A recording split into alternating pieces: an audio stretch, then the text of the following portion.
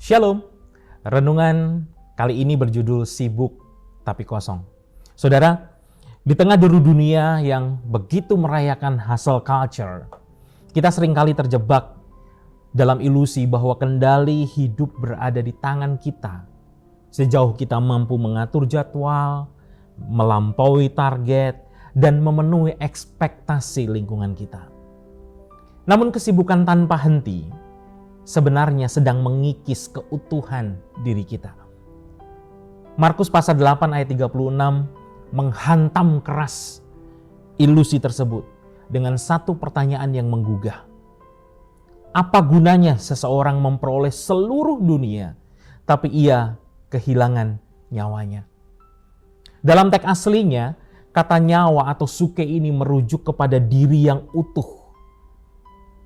Namun budaya produktivitas modern ini terus memaksa kita memecah diri menjadi sekedar fungsi-fungsi ekonomi saja. Kita berhenti menjadi manusia dan berubah menjadi sumber daya, di mana kesibukan tanpa Tuhan berubah menjadi upaya sia-sia membangun menara Babel pribadi di atas fondasi kita yang rapuh. Dorongan untuk terus bekerja seringkali bukan sekedar demi mencari nafkah, saudara. Melainkan sebuah bentuk pembenaran diri, self-justification yang salah. Kita mulai menyembah berhala pencapaian, merasa berharga hanya jika kita menghasilkan sesuatu, dan menjadikan keberhasilan menjadi Mesias yang diharapkan mampu menghapus rasa tidak aman di hati kita. Namun, pencapaian adalah Tuhan yang kejam. Pencapaian itu menuntut pengorbanan waktu, keluarga, dan juga kesehatan yang semakin besar. Namun hanya memberikan kepuasan yang semakin singkat.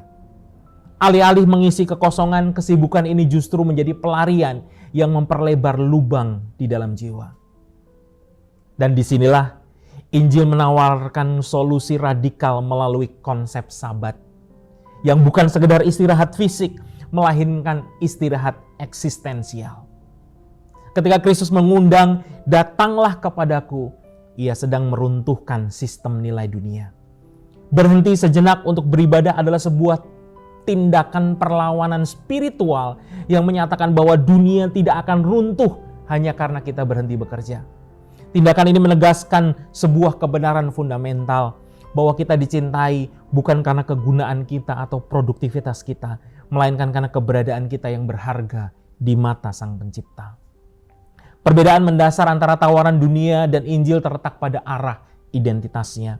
Jika dunia menuntut kita untuk melakukan sesuatu agar menjadi seseorang, Injil justru menyatakan bahwa kita sudah ditebus dan berharga, sehingga kita bisa pergi berkarya dari posisi kemenangan tersebut. Kita tidak lagi bekerja untuk mendapatkan identitas kita, melainkan bekerja dari identitas kita yang sudah utuh di dalam Kristus. Pada akhirnya, kekosongan jiwa tidak akan pernah bisa diisi dengan tumpukan aktivitas, karena ia adalah masalah relasi, bukan masalah durasi. Jangan sampai kita memenangkan perlombaan dunia yang melelahkan ini hanya untuk menyadari bahwa ternyata hadiahnya tidak pernah cukup untuk kembali kedamaian yang hilang. Tuhan memberkati.